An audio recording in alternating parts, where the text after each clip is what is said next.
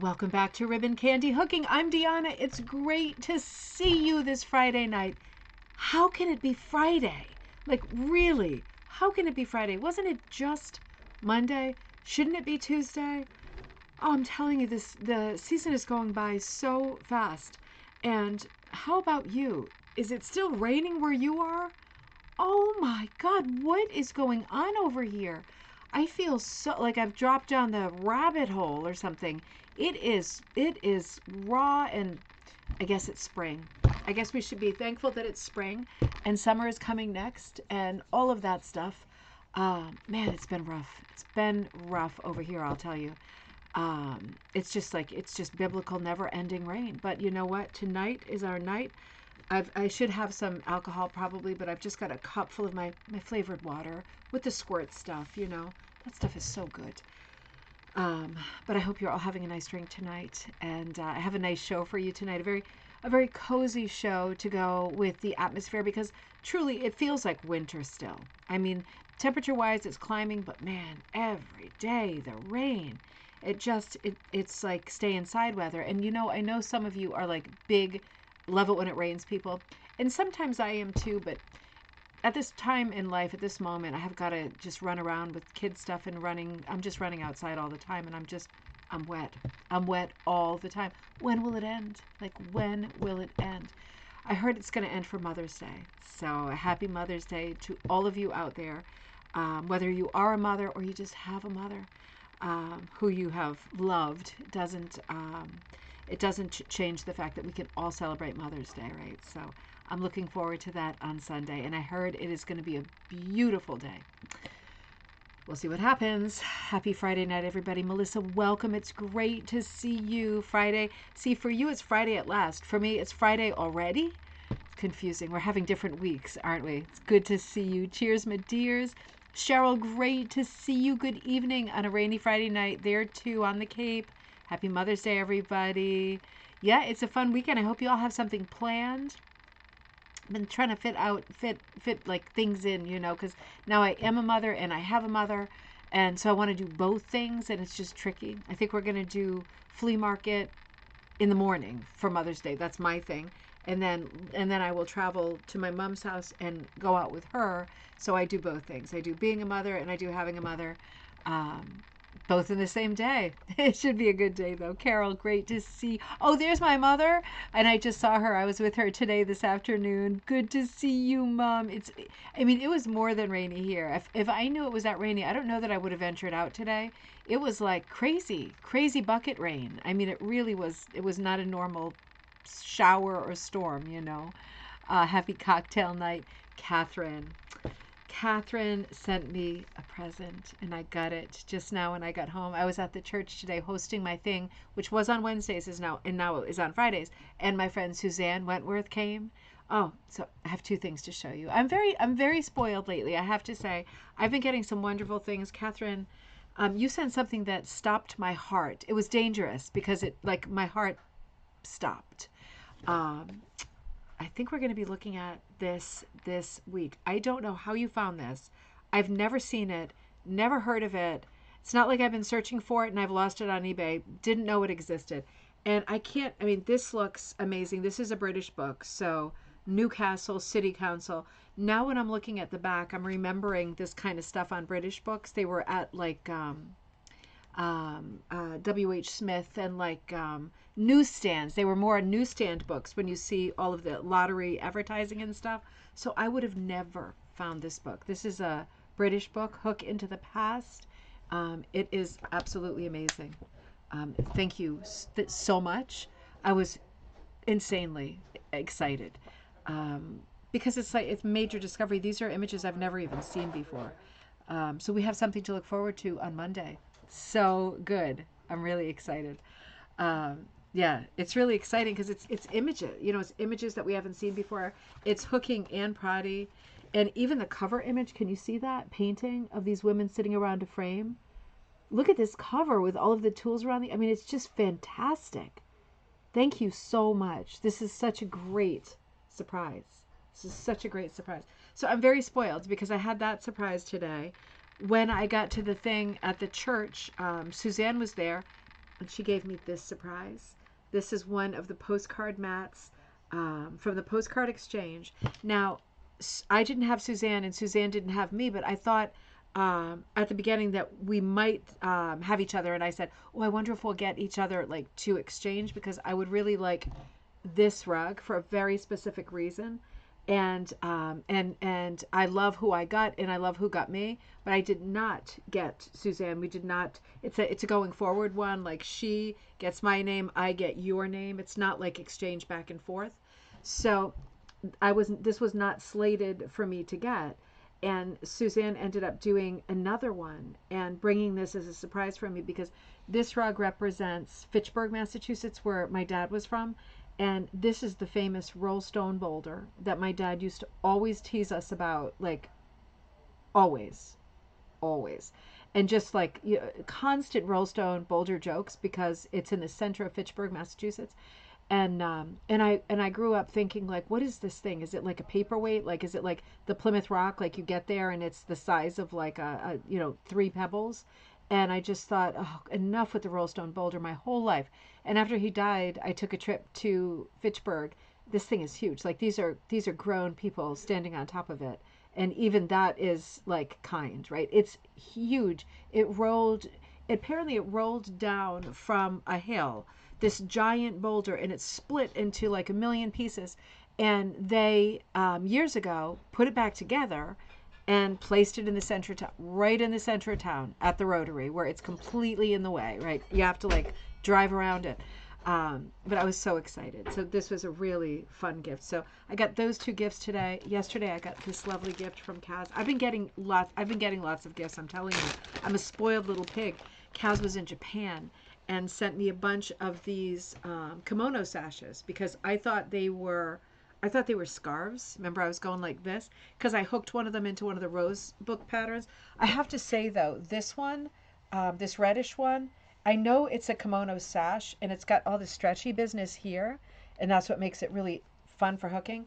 But I think I might have to keep this one as a scarf for fall, because I can put a clip on it like right here, But a whole bag of kimono stuff. Vintage kimono stuff from Japan from when she went. I've been a rotten little pig lately, getting gifts left and right, but I am super appreciative, and it's really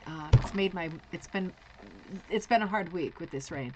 I don't do well with this kind of bad weather anymore. It reminds me of living in the Netherlands again. And yeah, it's been nice having some surprises this week. Thank you so much to everybody. Everybody is so kind. You fell arse backward into it. Yeah, I mean, this like, where did it come from? I have to look up, because I just got it right before I started the show. But I've got to look up these names, because I couldn't even find a year on this. I see it was 9 pounds, so it's probably not super old, but I bet it's 15 years old. Oh, and it says, happy Mom, happy Mother's Day, love from Margaret. How cute is that? And Mother's Day is coming up. Ooh. Yeah, I was looking for it, and it said stories collected by Room for You Hospital Arts. Stories collected by Room for You Hospital Arts. So Room for You Hospital Arts must be something. Must be a charity of some sort. Interesting. But yeah, it has the copyright on it, but not the year. Yeah, I fell arse backward too. Really, really exciting. Such a good find. And I don't know, Allie Rind. I feel like I do know that name, Allie Rind. But Rachel Phillimore, I don't think I know that name. Oh, this picture was taken in 2009, so that's probably a good clue. It's probably about 10 years old. Interesting. So we will look forward to looking at this on Retired Senior Keeper, Beamish Museum. Oh my gosh, there's a poem at the beginning of it. We'll read that on Monday. But this is just going to be wonderful, because we're all going to enjoy it, and I really appreciate it. Thank you so much. I didn't even know I was looking for that. That's the thing about finding stuff, isn't it? You don't know that you need it if you don't know it exists. Hence, like browsing, right? Browsing and shopping. Flea markets. I saw somebody said, Sharon, you're going to the flea market too. It might be a flea market weekend. We'll see how it goes.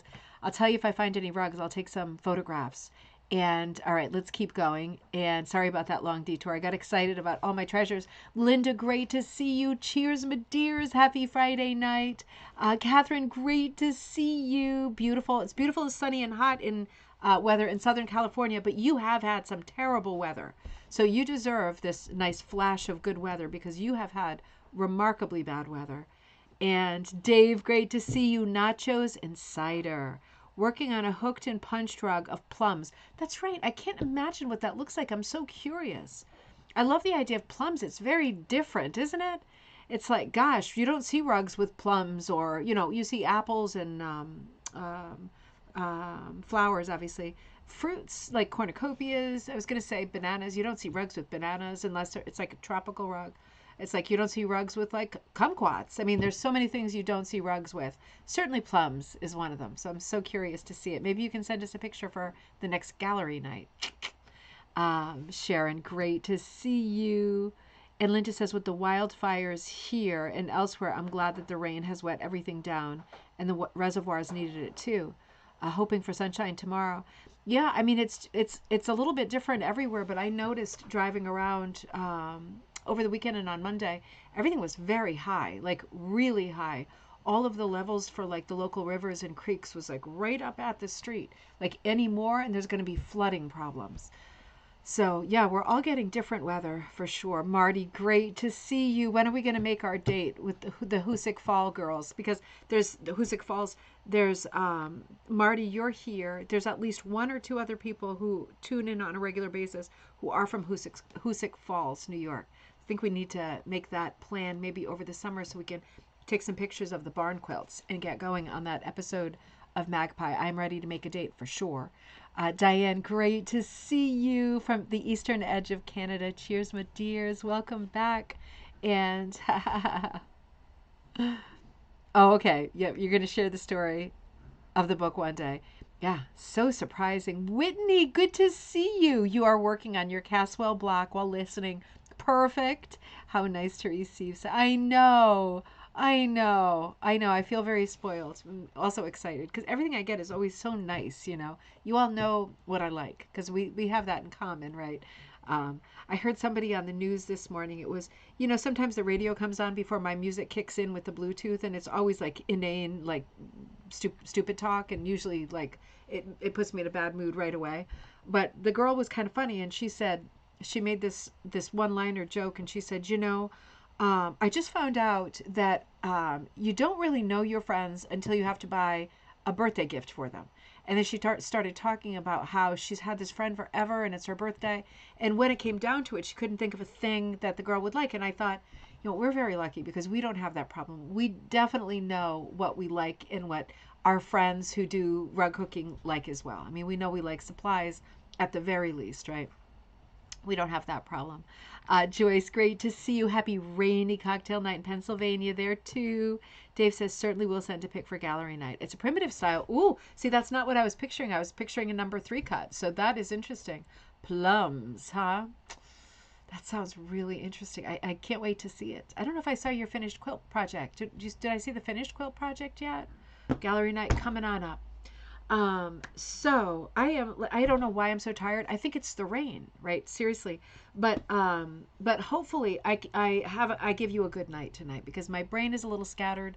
I've been working, I've been doing dyeing for 3 or 4 nights in a row until like 11 p.m., which is great because I'm getting orders and I know people are thinking, ooh, wool, is the price of it going to go up? I don't know.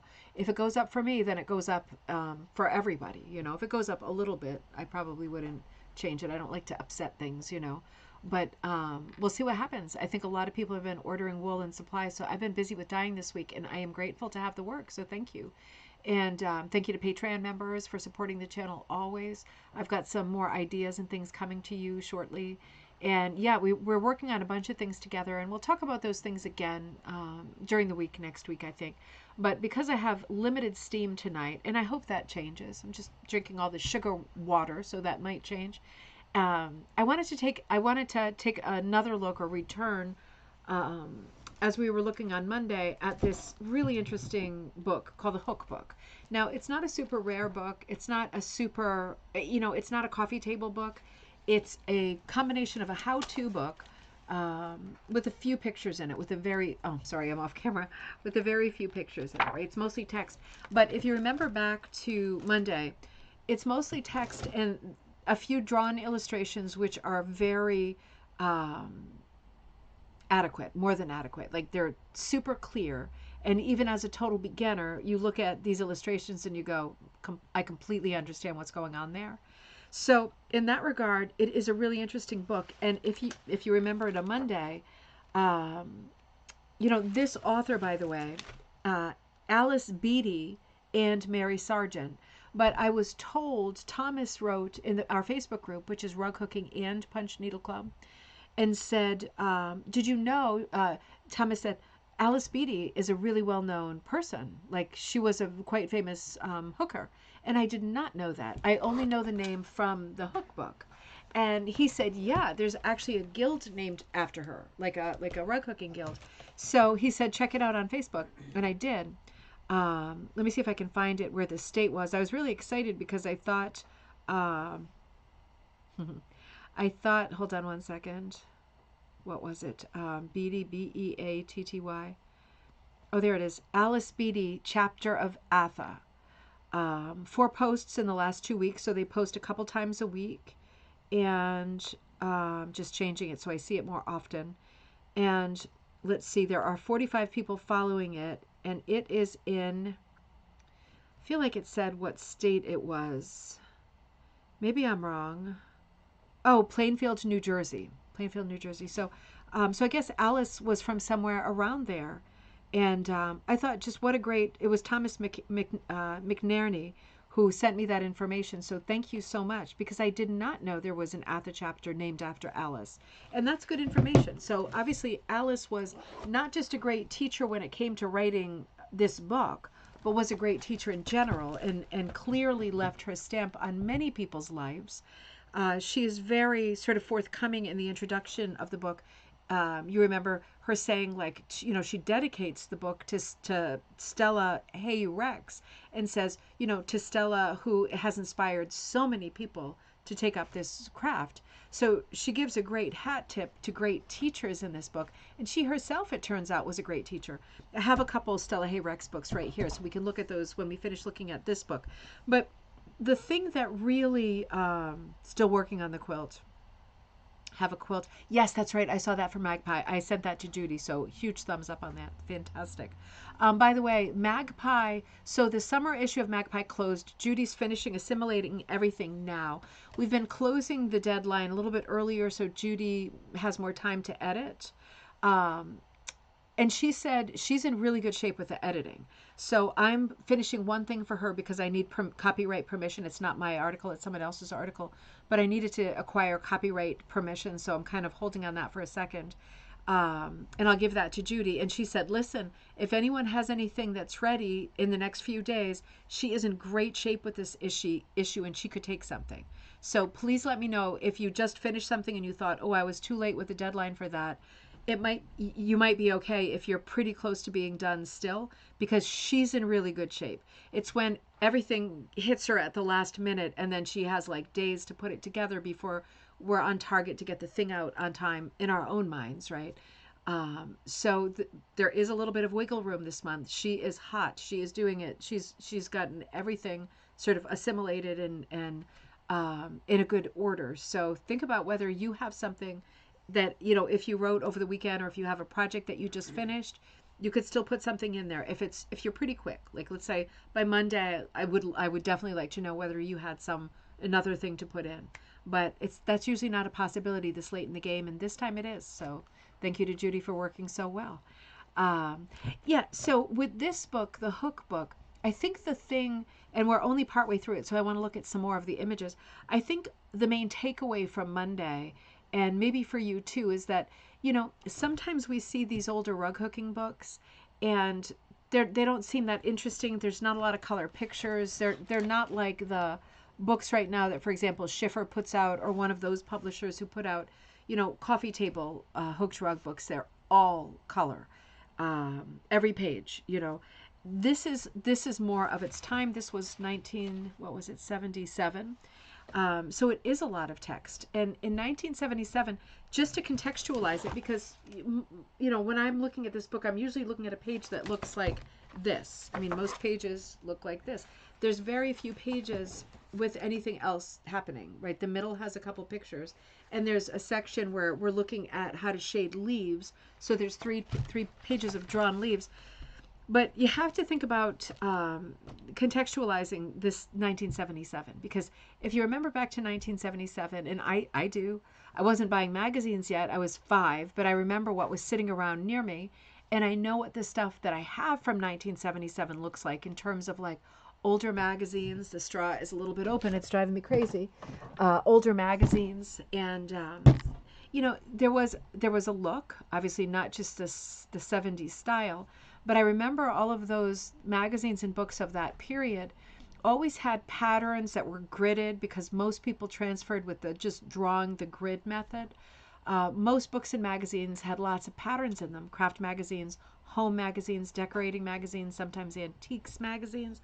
They all had pictures and things, that projects that you could make and drawings to make them. But do you also remember with periodicals that are a little bit older like that, do you also remember that they would give you very few instructions, like precious little? Like it'd be like how to make an ottoman. And there'd be like a picture of the ottoman and maybe a drawing of what it looked like with the corners chopped out where it would fold down over the ottoman.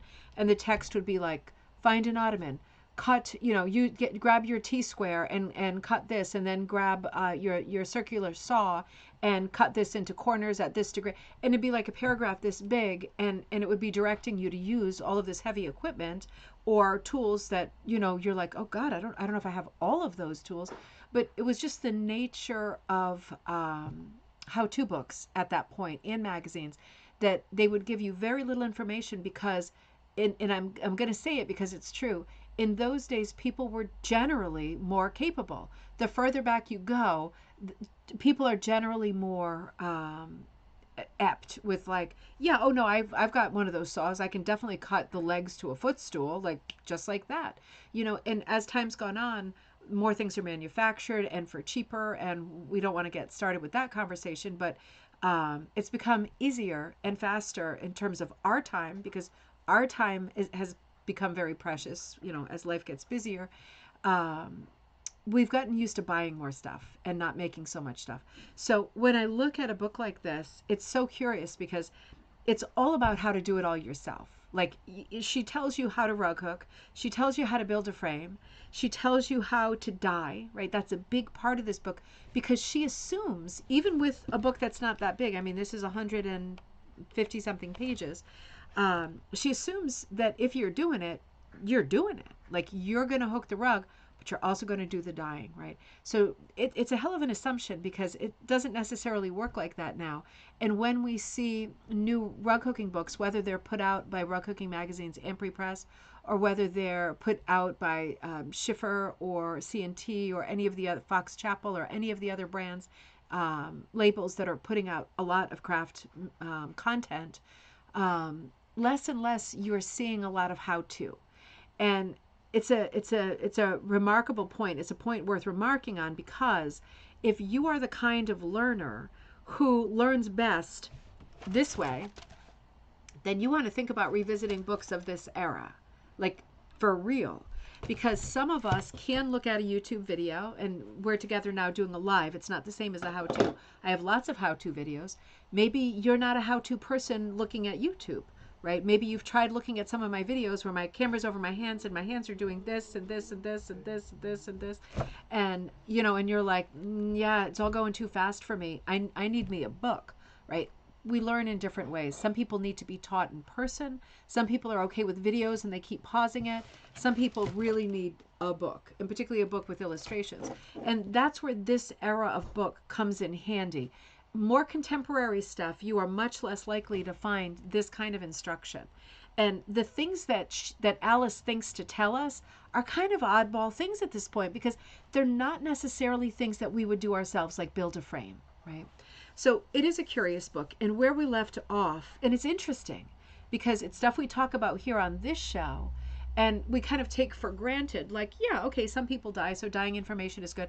her dyeing information is very specific and it's very different. Remember when we did the segment on swatch sets? That was like 1940s era, 1940s, maybe early 1950s.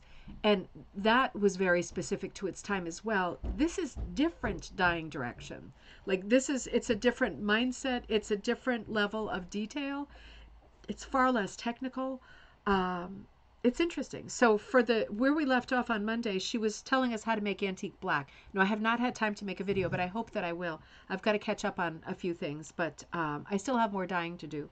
So I hope that I will be able to do a video on dyeing antique black, because I'll just remind you, everybody dyes antique black differently, but her method, this whole 2 pages revolves around her telling you, using Cushing dyes, that she does her antique black by using olive green, dark brown, and black all together. And she dries them. She uses them as dry powder. Just submerges the material in the water and then drops dried powder on it, so it strikes in different places, and then you get these pockets of intense saturated black or olive green, and it all melds together in the end, because once the water is filled with the dye, right, it's going to make an analogy like harpooning a whale. Like, let's not do that. Let's not visualize that. What's wrong with me? I was listening to some myths, and they involved whaling, right? Like, let's not. But the idea, same idea, when the wool is in the water and the dye finally strikes and fills the water, it's not just a plume of color. It's now in the water, right? It's completely colored the pot.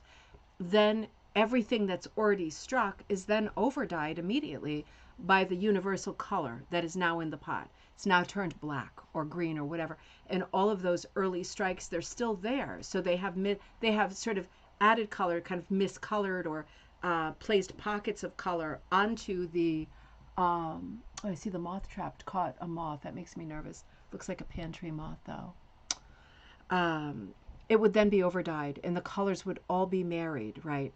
So it's an interesting idea. It makes me nervous thinking I wouldn't do it in a large batch, because I feel like the success of antique black done in this manner with dry powder just out into the pot, striking and then it all marrying over, I feel like it probably works great, and I will do a video, because it will be interesting for us to find out exactly what that kind of antique black looks like.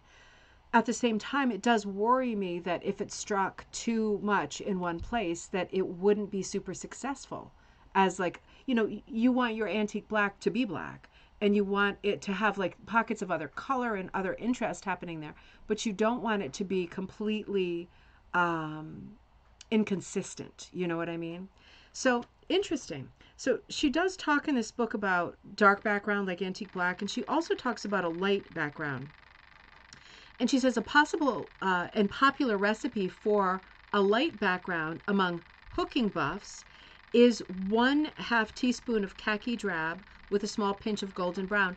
Golden brown is one of my favorite colors, and it's one of Teddy's favorite songs. Do you remember that Stranglers song? Is it the Stranglers? Golden brown. A small pinch of golden brown and khaki drab. And once that's in the water, putting in a tiny pinch of wood rose. Wood rose is one of my favorite colors as well, all Cushing colors. So throughout, she's giving us very few. I mean, it's basically a recipe for light and a recipe for dark.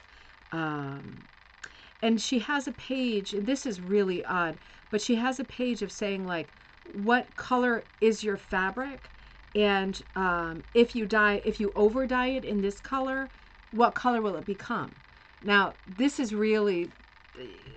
a tough page, because yes, it'll give you a sort of baseline for what the color will become, but you can't count on charts like this.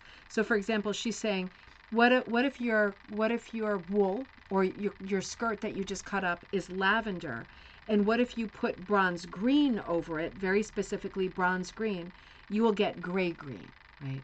So in theory, yes, but what if your idea of lavender is more lilac and my idea of lavender is more grape? Then we're talking about different colors. But it is interesting that she thought that it was worth putting a chart into this book that would tell you when you overdyed colors what your results might be. It's interesting, isn't it? So she talks about how to hook patterns, and she talks about very basic things. I'm going to show you the slide where we left off on, like whether you should outline or not, right? Not even that much, just this much of a conversation on whether you should outline or not, and when the right situation would be to outline. It's very hard to say, not illustrated, right?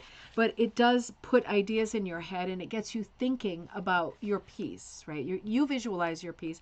It doesn't matter that she can, right? But it's funny advice, isn't it? It's funny advice in a book from 1977. Joy, great to see you. Gail, great to see you. Melanie, great to see you. Happy Friday night. So she shows us this image. Let me come back down here. She shows us, hold on, this image. Oops, no, that was our first image. This one. So she talks about this image in terms of flower planning. And her advice in this book, I think, is good advice, right? Because Alice Beatty definitely leans toward primitive, right? Not always, because in the 70s, it wasn't like we were saying primitive or not primitive. Most things were primitive style, with very few exceptions. So we're not calling it like primitive style yet, because most things look like this. But she's saying, for flower planning, keep it uncomplicated. And interestingly enough, listen to this next line. Free of realistic shading and fine details. Modeled dyeing provides adequate shading for primitive, okay, so she's saying primitive, for primitive flowers. And since realism does not prevail, two different colors or two different species may bloom from the same stem. Oh, snap. So now that is interesting, because she is specifically saying, coming out directly out of the era, still in the era of the McGowan era, of number threes and very fine realism and shading, right? Meticulous technical shading. She's still part of that era. And she's saying, no, don't do that. Like she's not even saying, think about not doing that. Think about working in this style instead. She's actually saying, keep your flowers uncomplicated and free of realistic shading and fine details. Do that. And her reason is because if you used modeled dyeing, meaning not completely solid, right? So not completely solid. And we've talked about this before. All my swatches are solid because I meant for them to be. I don't know if I have anything modeled around, but something modeled is like it's one color, but it's not completely solid because I don't have anything modeled around, incredibly, because it hasn't been stirred while the dye was in the pot. It's settled irregularly, but just the one color. So it settles into weird pockets, and it's like you look at it and your impression is like, oh, it's orange, but it's not solid orange, right? There's some pockets that are lighter and darker. That's modeled. And it's interesting because when we look at the piece that she's using as an example, she's saying, look, you don't need fine detail. You just need to use modeled wool. And if you do, you're going to get all these color variations, and she doesn't say this, but interest. So the benefit is it's not fussy. You're not doing anything that's super technical, and you still will have a lot of color change because you're not using solids, you're using models. And then bonus upon bonuses in terms of flower planning, she's saying, don't worry about this is not realism. So since we accept that this is not realism and it's a leap of faith, it's not realism. Your brain says, okay, so that's not what we're doing today. She says, since that is the case, then you can put different sort of species or whatever, I'm not sure that's the right word, different kinds of flowers on the same stem, because why shouldn't you? That's not real. That doesn't happen in nature. Well, neither do leaves that look like this, right? That's the whole point. Oh, that's okay, Melanie. We're looking at this book called, we were looking at this on Monday, The Hook Book by Alice Beatty. And I mentioned that there is an ATHA chapter in New Jersey named after Alice. So she must have been an amazing teacher in her lifetime. As far as I know, she wrote this one book, but it sounds like she taught tons of people in her lifetime. I would be curious to know if anybody knew her personally. I know Thomas did. So that, I think so anyway. So that was really great information in between Monday and now to learn that. Incidentally, just so you know, this is a Stearns pattern. S-T-A-R-N-S. Stearns primitive. It's a Stearns primitive. It is 60.5 inches by 20. And, oh, okay, I'm sorry. It's called Stearns primitive. It's a Craftsman. Craftsman is that big punch, the big black and silver punch with this very small handle, huge punch. But they also made patterns that you didn't necessarily want to punch. You could hook, right? But so it's a Craftsman's pattern, Craftsman, and it's called Stearns Primitive. And this particular one was hooked by Beatty Short. I gotta change my glasses. Hang on. Beatty Short. The clean composition is typical of primitive designs. This one resembles early crewel. I don't think it does, actually. The background was made from a favorite coat of Mrs. Short's, her way of preserving it. Very sweet indeed, isn't it? I mean, Mrs. Short was busy with Stearns Primitive. It's a great example of a not technical piece, and that is the style of this book. So if it is an older book, and you would expect it to be very, very technical in its teaching and its advice and its voice in the suggestions, and it's not. It's the opposite. It leans toward very graphic, primitive shading, very loose hooking. So that's another big difference. If that is your style and you're looking for an older book, like one of these sort of vintage books to enjoy, this would be a good one. Right? It's almost vintage, right? Vintage is 50 years old. Let's not rush anything, right? So she goes on to talk about, for example, primitive roses. And she's just giving us ballparks, right? When she says, like, make a design and put 2 flowers and make the rest of what's on the little stem leaves. She's talking in ballpark sort of figures, and she's very rough and seat of the pants in her style of teaching. She must have been a very unusual teacher for that period, while everyone's saying, in my mind, there's not enough green, there's not enough colors of green in your one leaf. She's saying, like, don't use more than 2. Like, don't do it. That must have been, I wonder what her reception was throughout. I don't know when her teaching started. I don't know how much of a following she had as a result of this book. But it's interesting because, obviously New Jersey is right here in the Northeast, and that this is the hornet's nest of technical hooking. And I wonder what kind of reception Alice had when she started to teach people in this very loose and primitive style. What kind of reception she had among other teachers. I also wonder if she was certified with McGowan or any of them, right? Interesting to think about, right? Because she's kind of, this is kind of outsider hooking for this time. So weirdly, she gives us very similar illustrations as we see in Pearl McGowan's own books. Like, this could be from a Pearl McGowan book, but what is the main difference? Now think about it. I'm not going to tell you immediately. What is the main difference between these illustrations of roses and the kinds of roses that we have looked at in Pearl McGowan's books and other books of the 50s, 60s, and most books of the 70s? I know there's a long delay, but I will say, oh, sorry, I felt a buzz, but it was my phone, not my thing. Thank you. Nice, thanks. For me, the answer is there's not a lot of colors here, right? She's sticking with like 2 colors.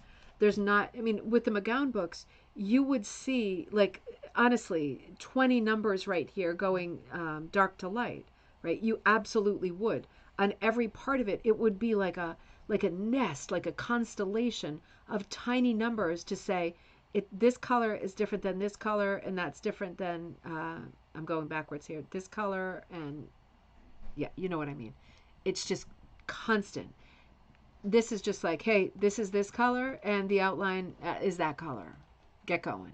So this is a very different style of teaching, like very different. And it's going to be a really long time before the group of certified hookers, right? I don't want to keep saying the McGowans because I love the McGowans and I love all of the great tricks and things that we've learned from McGowan teachers and continue to and will continue to.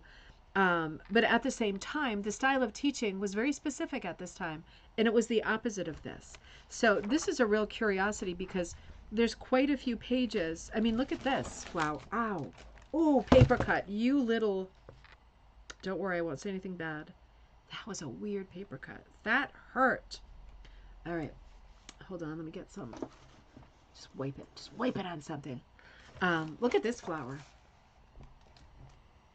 Now, come on, that's an odd flower, isn't it? I mean, that really exemplifies this style of hooking, the front cover, right? These very graphic styles of flowers and leaves. This is exactly what she's pioneering, what she's championing. She's not the first person to hook in this style, but you don't see a lot of books where they're encouraging you to hook flowers and leaves with two colors. You don't see a lot of that at this time. She basically tells you about outlining, and then she's like, here you go, dye some mottled wool, and then just fill in with it, right? Very graphic approach. All right, so let's come back over here, and let me see what the next thing is, because at this point in the book, we hit this great section with, sorry this is out of focus, but this is a picture of a picture. So in the center of the book, there are 4 pages, two pages with 2 sides, so 4 total of color pictures, and 4 images on each page. So 16 color pictures in the book, and then the cover as well. So the one we're looking at here, again, I'm sorry, it's a bit out of focus, but picture of a picture is rough. This is a design I've seen lots. How about you? Gail, did I say good morning to you? I hope I did. Hen with basket has been done many times by many different people. Now, I know this has been done by Lib Calloway. Is that? Yeah, I think Lib Calloway. I know it's been done by a lot of hooking brands. And the reason for that is it's an old pattern. And because it's an old pattern and it was out of copyright, and a lot of people who covered this, oh, good, Gail. A lot of people who covered this pattern were at that point in rug hooking history, commercial business part of the history, where we were not so precise about copyright, and this is mine. My brand did this, not yours. There wasn't a lot of that early on. So we see designs like this that appear for sale in many different shops, right? Now, I wouldn't put this in my shop now because I don't know who the first person was who did it. But all I can say is it's fun to see it every time.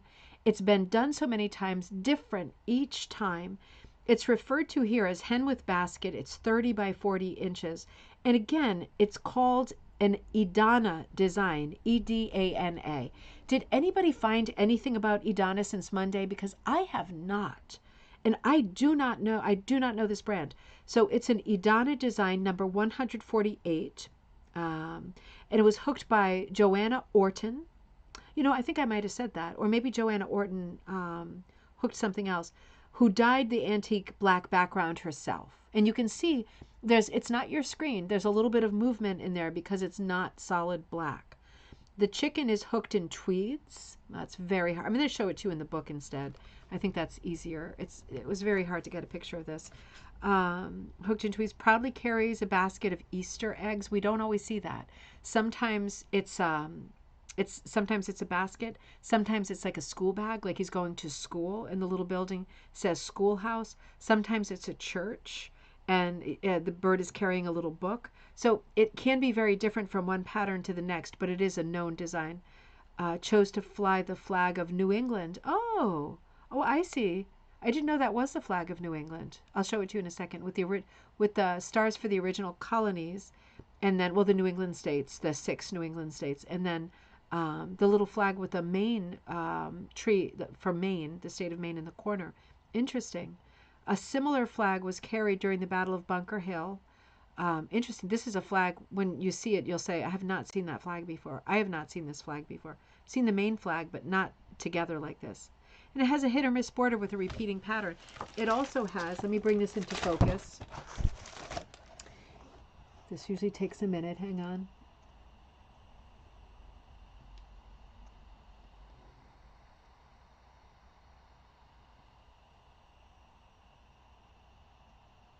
Come on.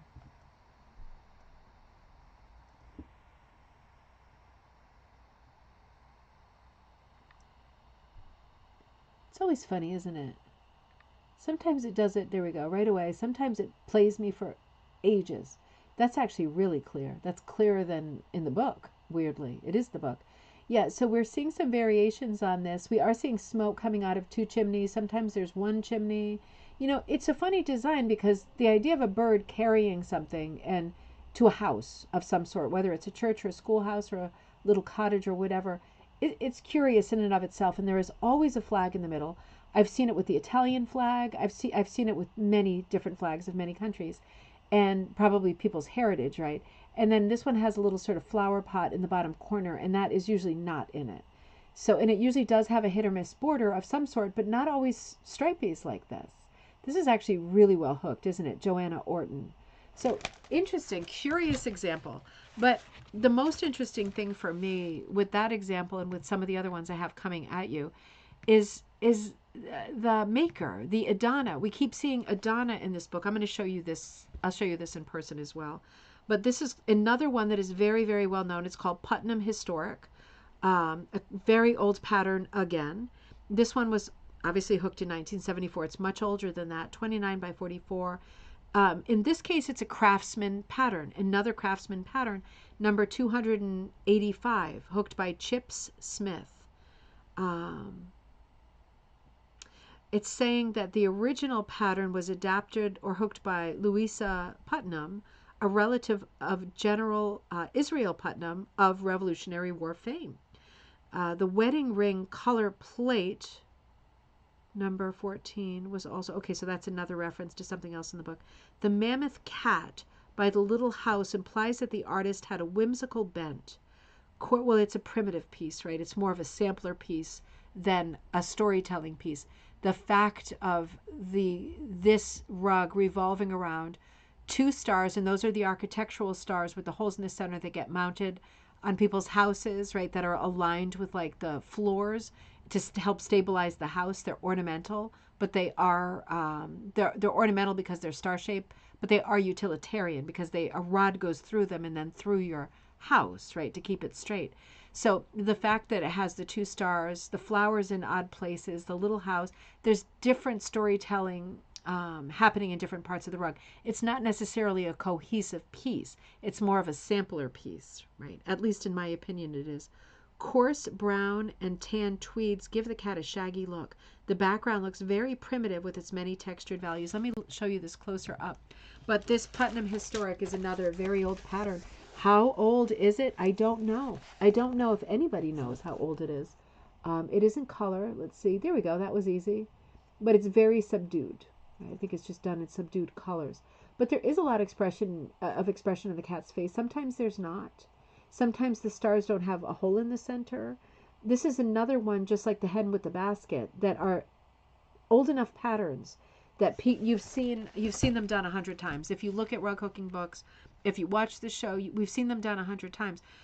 It's just interesting because they continue to be interesting as you look at them. I mean, it's just the repetition of the same pattern, and you think, gosh, I've never noticed that before. It probably wasn't there before. Each person doing it in their own way.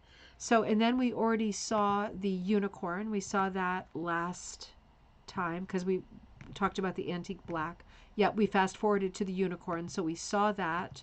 That was a cute juvenile piece. I'll show you this out of the book as well so we can get a crisper look at it.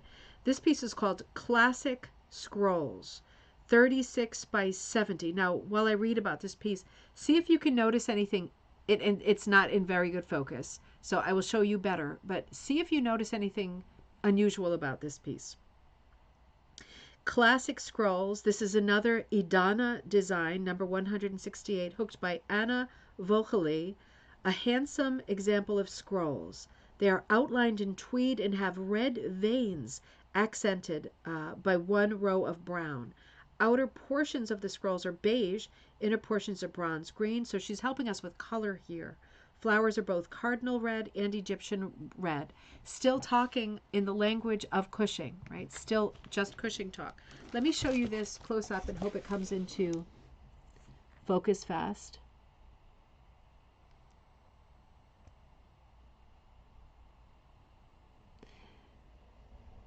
Wait a minute. We got it.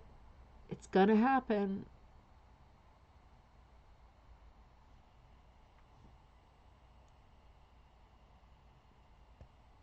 Is it going to happen?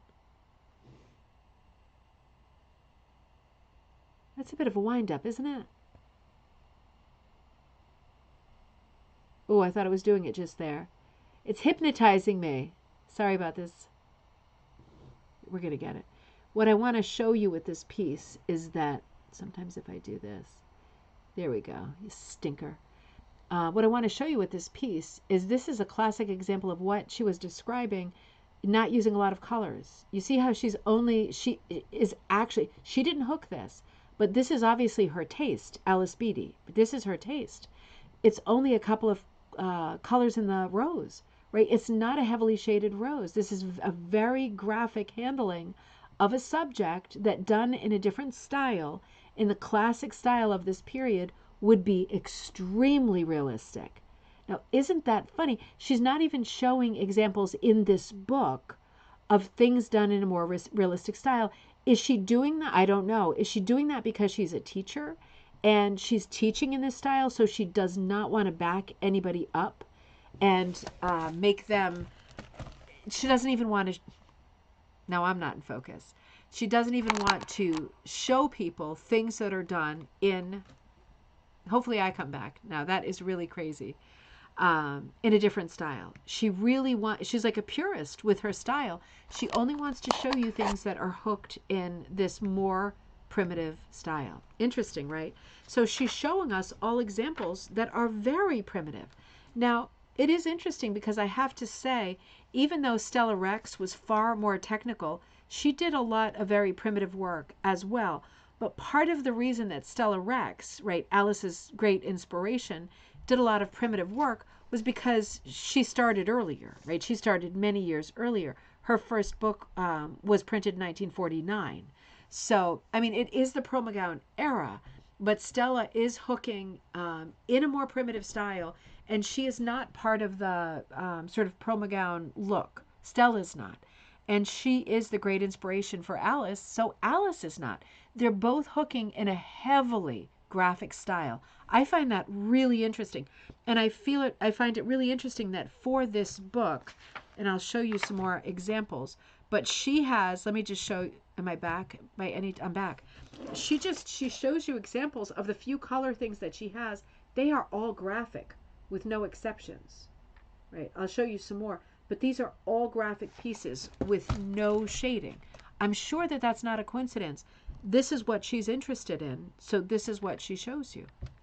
And it's funny because, I don't know if I have this one in the slideshow, this one here, I have this. I have 3 of these. I bought all of them at the flea market on Cape Cod. They're obviously all made by the same person because they're similar colors in all 3, but it's the same exact design, but the ones I have of this pattern, and I showed you maybe 3 or 4 years ago on Coffee Time, they're completely realistic, like this pattern here. And obviously that is not. So it just goes to show they were using the same patterns, but they were working them in a very different style. Interesting. So let me show you this piece. This is another example of Alice's favorite style. This is called the Never Never rug. How sweet is that? And this is another sampler style rug. Yes, there are motifs in it, lots of different motifs, but just like the cat, it's not a scene, is it? It's more of a sampler. A sampler is very different than a scene. It's like Magdalena Bryan or Eby, right? All she did was sort of sampler pieces. Yes, there's lots of animals. Could they be together in the same farmyard? Of course. But is that what I'm looking at? No. I'm looking at something that functions more like a Berlin work, right? That kind of a sampler. Never Never rug, 31 by 66 inches, another craftsman pattern. Number H, like H, 98, hooked by Beatrice Ealer. The original rug was one of the oldest in the Burnham collection, and that is a reference to Ralph Burnham, right, the antiques dealer from Marblehead, Massachusetts, who collected rugs in the early 20th century and copied them, right, because there wasn't a copyright thing back then. He collected old rugs, he made new patterns with them, as far as we know, not with the permission of the person, but nobody would have thought to ask anybody, could I copy your rug and make patterns to sell? But he did, and thank God he did, because we otherwise would have lost a lot of early rugs. So this is inspired by a rug that was in Ralph Burnham's collection. And according to tradition, was made of Revolutionary War uniforms. Now that can't be so because we know no one was actually using a rug hook at that period. That was the 1770s, so that can't be. But it might have been sewn, something in this pattern sewn with Revolutionary War uniforms. Most Revolutionary War uniforms, incidentally, were not like manufactured and handed out. They were made at home. So, we're talking about, do you have this color fabric? Put this color here, put this here, put a patch here that has this. Make sure none of it's red, right? So even saying Revolutionary War uniforms, people didn't have exactly the same color uniforms. The redcoats wore red. If you think about the Minutemen, they were in slightly different colors, browns, yellows, whites, right, beige colors.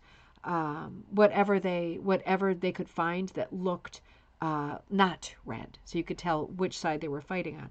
But it would be interesting to learn more about the rug that is being referred to. It's just legend has it kind of thing here. So the cat in this rug that we're looking at here was hooked to resemble Mrs. Ealer's own pet cat. The pattern is described poetically. It says, "This is the tree that never grew, the bird that never flew, the cat that never meowed, the horse that never plowed, the fish that never swam, the horse that never ran, the duck that never quacked, the squirrel that never a nut cracked, the fly that never made butter, the bee that made nary a flutter, the gull that never saw the sea, and the leaf that never made tea." Wow, I have never heard that before. Have you? That is too cute. Jessica, great to see you. You were at the school art show. Oh my God, Evie had a piece displayed. What a sweet pea. If you have time to send it to my phone, I can share it over the screen if you feel like it. How cute was that? Made me kind of sad. Like, why did it make me sad? These are not real. This is not a real gull, right? But it is a bit melancholy, wasn't it? That is one of the cutest dang things I have ever seen. I'm going to mark that page. I absolutely love that. That is as cute as a button. Oh, all right. Let's see what else we've got, because she gave us quite a lot of really cute old patterns in this book. Let's enjoy. Yeah, this is another one. The photo is okay here. So this pattern is another Craftsman pattern. So my takeaway from looking at this book was that at least Alice Beatty was very interested in, what was it, Craftsman and Heirloom. And what was the oddball one? Heirloom, Craftsman. Now I'm not going to find it, right? We've said it 10 times. I'm not seeing anything but Heirloom and Craftsman. These are all one of those two. How about Idana? That's it. So all of the rugs that she's showing us in these pages are one of those three brands. Interesting also. Because what does that mean? Why are all the rugs that she's showing us? They're patterns that we've seen other people make in a much more technical style. Why is she showing us only patterns that are Idana, Craftsman, and Heirloom? It's so curious because I'm thinking, what do they have in common? The Heirloom rugs are from Providence, Rhode Island. I'm trying to remember where Craftsman is from. The thing about Craftsman is it was sold in a lot of department stores, and Heirloom was sold in some, but Craftsman, I think, had a farther reach at that point. And Craftsman crossed over, because of its tool, crossed over to punchers, and they were still calling it hooking, but you were doing it with a punch tool. And a huge punch tool at that. I mean, it's like much bigger than the Oxford punch. Like, it really, a lot of damage if you punched poorly, right? If you didn't punch just right, you would absolutely split the burlap, like without any question. And if you changed your mind and pulled out, there would be big holes. It's a big tool. I don't dislike it, but I find it to be very hard on my hand when I'm fooling around with it, because it has an enormous shaft on it, so it's very hard to use. But pattern-wise, lots of references to just these three. It makes me wonder if where she was in New Jersey, if these were like the three brands that appeared at her local department store. I'm wondering, how did it happen that she's got so many of just these three brands, but nothing else? Melanie, you said Deanna. I wonder if you were going to say something else, or if I missed a question there. Um, Interesting. Oh, maybe you wrote Idana and it spell checked to Deanna. I wonder if that's what happened. Maybe you put my name into the thing because it always spell checks it. That would make sense. So this is a curious rug too, and this is an old pattern for sure. It's called wedding rug. So this would have been one of those patterns that are now almost, yeah, defunct, extinct. The idea of a wedding rug is not something we use a lot anymore, and I feel we should talk about it and use these more. People would actually give wedding rug, right, spell check. People would actually give wedding rugs to a bride and groom as a gift, and they would stand on the rug while they took their vows. So that's what a wedding rug is. And back in the day, um, Judy, no. Are you familiar with Adana? I do. No, Judy, I'm not at all familiar with Adana, and I am so perplexed because there are so many patterns in this book that are Idana patterns, and many of them are also other brands like Lip Calloway, and more contemporary brands. So it makes me wonder. I wonder if Adana was a brand that, for example, Lib Calloway bought. Is that possible? I mean, that makes sense, right? Because a lot of these became Lib Calloway's patterns. I'm wondering if she bought like the catalog the same way that like Amy Oxford sold her Red Clover. I'm wondering. Because like otherwise like what happened to Idana? It sounds like what happened to Baby Jane, right? What happened to Idana? This wedding rug was hooked by Alice Beatty. So Alice Beatty herself. So if you're thinking, well, you know, we're hearing a lot of her words, Alice Beatty, and what does her actual hooking look like? Bingo, here it is. So this is the first thing we've seen in this book that she's actually hooked. So interesting. This is her style. It's a little bit out of focus, but I think you get the gist of it. Sentimental design of hearts and flowers hooked in old fabrics could easily pass for an antique rug. The mottled background was made from several different World War I Army uniforms. Flowers and leaves of Egyptian red and turquoise are accented by a bold black stem. Hearts in the corners have been treated in different ways to add to the handcrafted feel. So she's trying to make this rug look like it's not completely symmetrical and perfect, so that it looks not just handmade, but a little bit older. It certainly does. If I saw this in a flash, you know, I would say, oh, that's a 19th century rug, because the pattern looks like it is. But Alice made this, obviously in the maybe 70s, maybe 60s, maybe 70s. And the fact of the background being two different army greens. Oh, Kathy, great to see you. I know it, right? It's been raining nonstop for so long for you in New Hampshire, too. It's great to see you, my friend. The fact of Alice using the two army greens from the uniforms in the background gives it a really antique look, doesn't it? Because they're two different colors, right? She says they are. But if this were an older rug, we would assume that there was some fade, and we'd go, oh, look at how interesting that's become as it has faded over the years and mellowed into these colors, right? How interesting is that? It is interesting. Very cool rug, and great seeing an example of her own work. So this is another one of the pieces that she shows. Very few color pieces, remember, only 16. And okay, so now I'm really confused. This is called Mariner's Star. It is 41 by 43, and this is a Lib Calloway design. And it's hooked by Mary Sargent. See chapter 13 for details on making this rug. I'm going to check that out so we know what she's talking about. Now, does that just shoot my theory down? Because if this is a Lib Calloway rug, then Idana could not have been the first iteration of Lib Calloway, right? Shoot, I thought I was onto something there. Oh, did you, Jessica? Okay, before we look at that chapter, I just found that chapter in the mail.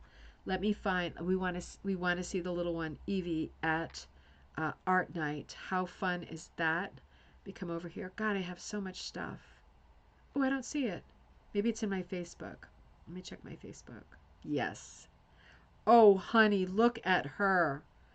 Oh, that's a beautiful composition. Let me show you Evie. You remember Evie from photos and from the video I took when Jessica, Evie, me, and Naomi were at the White Cat Rug Hooking Studio in Cotuit, Massachusetts. Look at that little button. What she got in the cup, is it Snackies? That looks like fun. She did a beautiful piece. Jessica, that's a great design. Looking up at the tree like that, that's great perspective. She is just the cutest little thing. If she's sitting right there, give her a kiss for me. She is the sweetest little thing. What a precious girl. Let's see what she has to say about this Mariner's Star. I'm wondering, I'm going to show you the Mariner's Star again, but I wonder what's so specific about it that, okay, here, let me show you the Mariner's Star. She says, wool for the background of this rug was purchased by the yard. Okay, so just the background of it. All the rest of the fabrics were from sewing scraps and old garments. So just the background, because she needed a pretty big field of light, and she obviously didn't want to do her trick with mottled colors at this moment, for this piece anyway. So she purchased the background material, right, and probably from Door, and then she scrapped out the rest of it with all thrifted stuff. So she dyed the background with her recipe in this book called Favorite Light Background. We talked about that a few minutes ago. And all she does with this Mariner Star, she talks about how she got the color. So it's just a rundown of colors. She talks about the coral in some detail, and the coral in the star. So I'm seeing like a kind of yellowy color. I'm seeing the coral, and I'm seeing a rust color. And because we have so many different choices of colors now, the coral is a very fussy recipe. She's actually over dyeing a herringbone with terracotta, apricot. She's combining the color terracotta and the color apricot. At this moment in time, the best coral you're ever going to find is from Dharma, and it's called coral pink. It's like perfect. If you can picture coral of a seashell, it is exactly that color, and it performs beautifully. So Mariner's Star, and this is a Lib Calloway design. Interesting. I really have to know what was going on with the Idana designs. I really have to know, because it's driving me nuts. Kathy says, we were sitting up at the at the Deerfield Fairgrounds. Oh, you were setting up. Oh, for the New Hampshire Sheep and Wool Festival this weekend. Oh man, our guild will be demonstrating and selling. Oh man, beginner kits. Kathy. Oh, it's so far. I was going to say, I wonder if I can shoot up there, but it's so far. See, I have to go up to Green Mountain next week, because the Green Mountain show is opening. And I'm coming back to that, Kathy, because I want to talk about that too. Because I was thinking, oh, I'll shoot up there tomorrow and then go in the other direction on Monday, on Sunday for the Mother's Day and the flea market. But it would be a lot of driving. I love seeing you all. Got to figure out how many hours that is. Now I'm thinking about it. I would love to see you all. It's supposed to be good weather tomorrow. The Green Mountain Show. I think I might have said this before, but it's worth saying again. So this is it's a big deal. It's a big show. It's a rug show, and there's vendors there. So the Green Mountain Show is happening Thursday, Friday, Saturday, I think. So luckily, they invited me to go up on Wednesday before the show opens. And on Wednesday, I will be able to take a video. I might go live. I'll see how it goes. I want to be sure everyone can see it. That's the thing. But I'll either go live or I'll do a nice recorded video. But I will be doing a video before the public comes in. And obviously I love to see the public. It's all friends. But it's hard to get good video when the public is in. So I will be going through. I don't know who's going to take me through at this point. It might be several people. But we'll be going through looking at the rugs in the Green Mountain Show. We'll be doing that on Wednesday. So you will see that video at some point on Wednesday. And it'll be great. Buttons keeps licking his little toenails. I wonder what's going up with that. He's like obsessed with it today. What could that be? Like he's just licking away at his feet. That's making me nervous. Anyway, we have that coming up. So that's really something to look forward to. I'm really looking forward to that. But I'm still going to Google Deerfield just in case. I remember it was away. Oh, it's unfortunately rainy Saturday. That's what still rainy here tomorrow too. Like terrible torrential rain. But it's still important to know, Kathy, is it just Saturday or is it Saturday and Sunday for the Deerfield Fiber Fest? See, that's a huge fairgrounds. It is beautiful there. I have got to come up for the fall thing this year. I have got to come back up. But for those of you who are local, who are shopping, who don't have plans tomorrow, if you can make your way to the Deerfield Fairgrounds in New Hampshire, and this would be Saturday, May 10th, 2025, I think it'd be well worth checking out. I would love to check out the fibers that are there and do some more shopping. Oh my God, I would so love to do that tomorrow. No, Kathy, because of the rain, does that mean it's smaller than it might be? Or would you expect that all the people who meant to go are under tents? You see how I'm talking myself into this really easily? And your guild will be there. And that is that the Woolen Magic? That's Woolen Magic, isn't it? The New Hampshire Woolen Magic Guild. Your guild will be there demonstrating and selling beginner kits that you put together. That is fantastic. That is so fantastic. Kathy says, "Oh, of the Mariners one, love the colors." Kathy, because you are a great primitives artist, right? We haven't seen anything from you in a while. You are the queen of primitives in my mind, so I'm not surprised that you like this conversation and that specific rug. Melanie says, "I would hook that star pattern right now." Yeah, let's look at it again. I agree. This is a really cool pattern because it's got that little nautical kick, right? It's got the compass rose, right? In the Mariners, whatever, in the center. Oh, there's more vendors than ever. Everything is undercover. Oh, snippety snaps. All right, I'm going to have to put that into my thing and see exactly how far that is. The thing about this that I think is so funny is it's got the nautical symbol in the middle that is not this is not done in any blues or nautical colors. And then it's got three different things going on, right? It's a party with three completely different things going on. And then it's got this sort of wreath. What kind of berries do you think those are? They look like to me like bayberries before they turn color. Very controlled little sprays of berries. And then, oh, hey, Rita, your dog was allergic to grass and always chewed on his feet. No way. I wonder if Buttons has developed an allergy. He's been like going to town on his feet. I wonder if he's developed an allergy.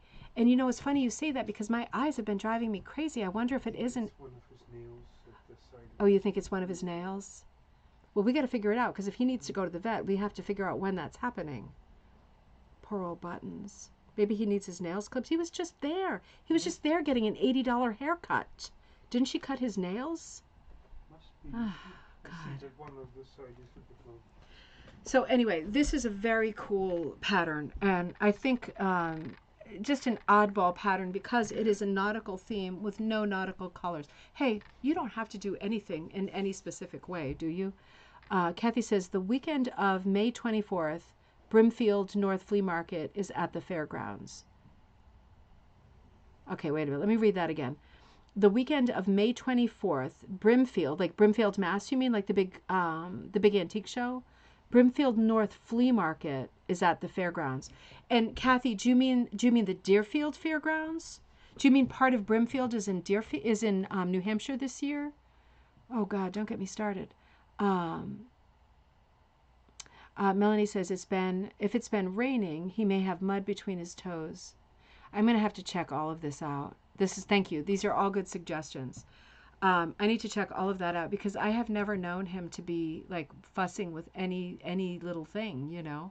It bothers me because this has been like since yesterday. Kathy, this is crazy. So I didn't know that this existed. Maybe this is the first time this has happened. Newsflash, everybody, if you're in this part of the country, Brimfield is like the biggest antique show in this part of the country. I've never been. I keep saying I'm going to go. I'm honestly scared to go because I'm afraid I'm going to turn into like a feral animal and get crazy.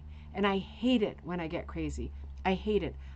It's like when I, go to an Indian restaurant, I get the same way. Like nobody wants to go with me because I'm not fun to be with and I'm like an animal. I'm like a savage, feral creature. And I'm obsessed with what's that person got? What did that person just buy? That person is standing near a rug. I got to get over there before there's something wrong with me. I get crazy and I can't help it. In normal situations, small flea markets, I'm okay. When I don't have that much money to spend, I'm okay. But when I'm in stores and stuff, I'm okay. But it's when I go to these big flea markets, I get so possessed. I need like an exorcism. And that's why I've never gone to Brimfield because I don't trust myself. I'm afraid I would park somewhere remote. I'd have like some kind of health emergency between like the parking lot. I'd be like, oh God, I have to park so far away. Everybody's getting all the rugs. Look at where I had to park. I'm the only one who had to park here. And then by the time I get to the stall, I'd be thinking, oh, somebody took all the rugs, didn't they? They took all of my rugs. It's the way I am. I'm sorry. There's something wrong. But yeah, I know it's totally awesome. Because I even read there's like sort of a biography on the fair. I read that and about all the sort of seedy relationships between people there who are there year after year, and it's an interesting book. It's a lot about the culture of, being an antique dealer in a market, particularly a market that size. So what Kathy is saying is that, and this is like really news, and so is obviously the Fiber Festival tomorrow. But Kathy, did you say whether the Fiber Festival was also on Sunday? May 24th. So Brimfield, like the Antiques Fair, part of the Brimfield Antiques Fair, which is almost guaranteed to have tons of rugs. I'm going to say it because we're in this part of the country. Will be at the Deerfield, New Hampshire Fairgrounds, May 24th. That's a big deal. That is a big deal. I will already be on Cape Cod at that point, so you are all safe. Go get the rugs. I'm not coming for them. I'm not coming. You go get them, really. You all go get them. Interesting. And let me see, sometimes if you spray your lawn. No, I've never sprayed it. Never sprayed it. That's a good thought, though. I don't spray it because I worry about the pets, You think 4 or 5 years. Brimfield's been doing that in Deerfield for 4 or 5 years? Holy moly's. Yeah, maybe she did cut her nails. Isn't it awful when you cut your nails too short? It's the worst feeling. I like Brimfield North better because I see, so it's Brimfield, but it's happening up north.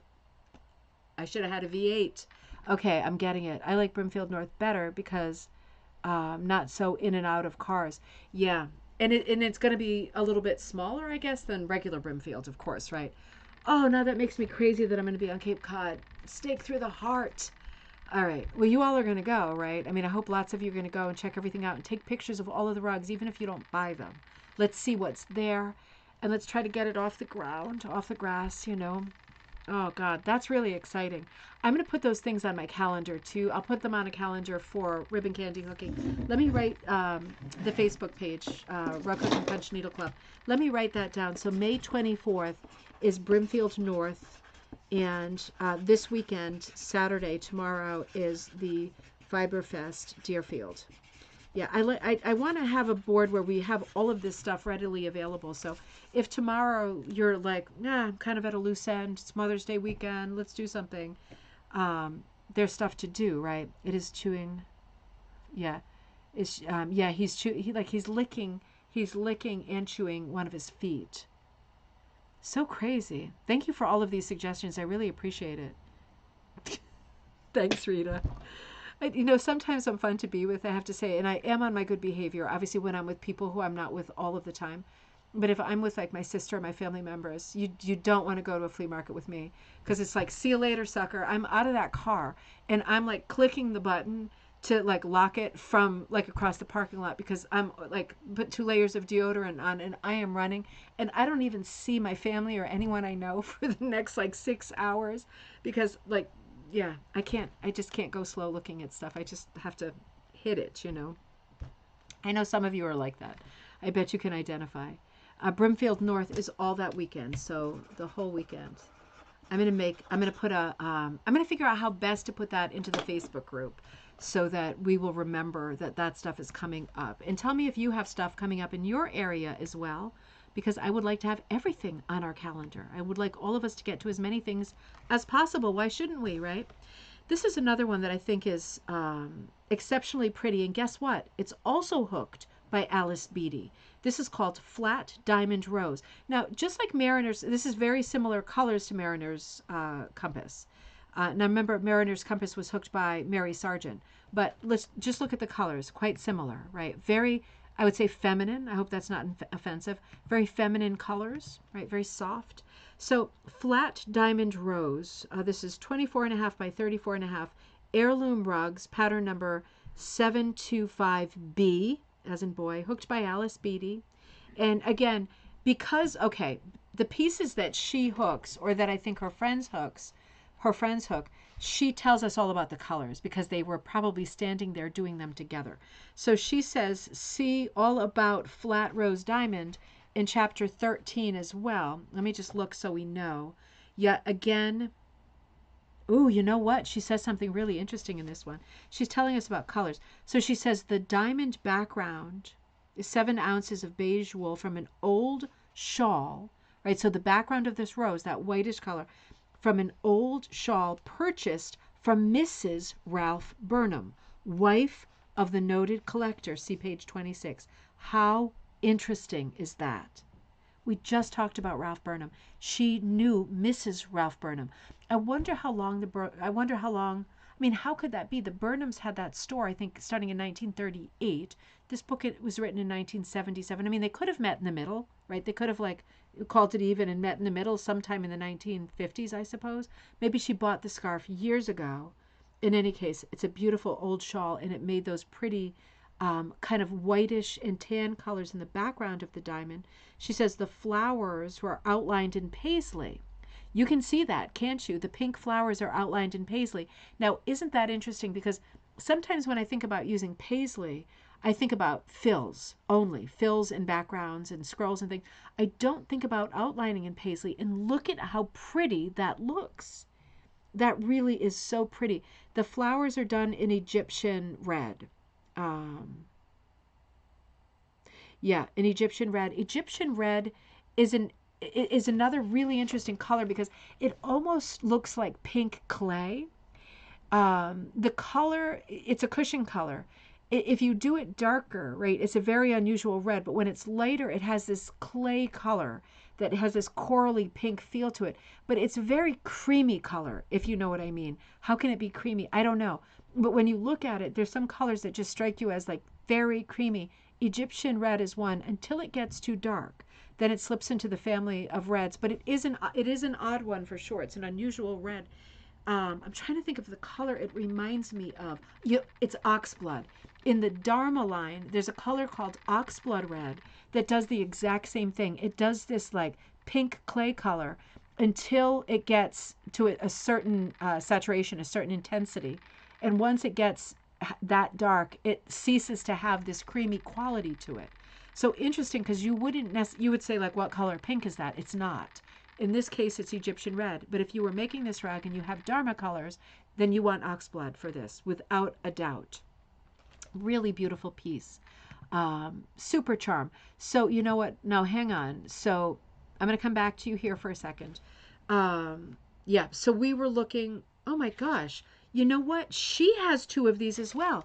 You know how I literally just said to you, I had this from the flea market. I have three of those done in a really realistic style. And she's got a second one of those right here. So she's got two of these. I've got three of these. What was it about this rug that I mean, I've only ever seen it in my house since I bought it, and in this book. And in both cases, it appears in multiples. Makes me wonder, was it sold as like a set of two? Or that's so odd, isn't it? I'm just wondering if the same person, hooked by Faye Kemp. Nope, they're hooked by different people. Hooked by Shirley Cull. The one with the terracotta background is hooked by Shirley Cull. Interesting. So I'm just going to flip through the rest of the book really quickly. Those are the color pictures, right? There's a few more in there, but I didn't show all of them. They were all very graphic and done in a more primitive style. And she continues throughout the book to talk about the patterns that appear in color, and she kind of breaks them down into these simple line drawings where you can see this is not one of these things with 100 numbers on it, like a crazy paint by number on crack. This is two colors, right? She's saying, do your flowers in two colors. It is actually, she's outlined it with two outlines, so two different colors in the outline, and then yeah, she's just outlined it twice, right? I never think of doing it like that. And she's got color number 5, 4, and 5. She's got two colors, and then the center is a different color. So she's sticking with the two color deal. Now, yeah, let me just look at the rest of this book because this is fun. Stuff like this, tubular flower. It's super tubular. Now that's a great flower. Now, come on, that's really different, isn't it? That would be great in corners. That would be great in so many places. Really nice.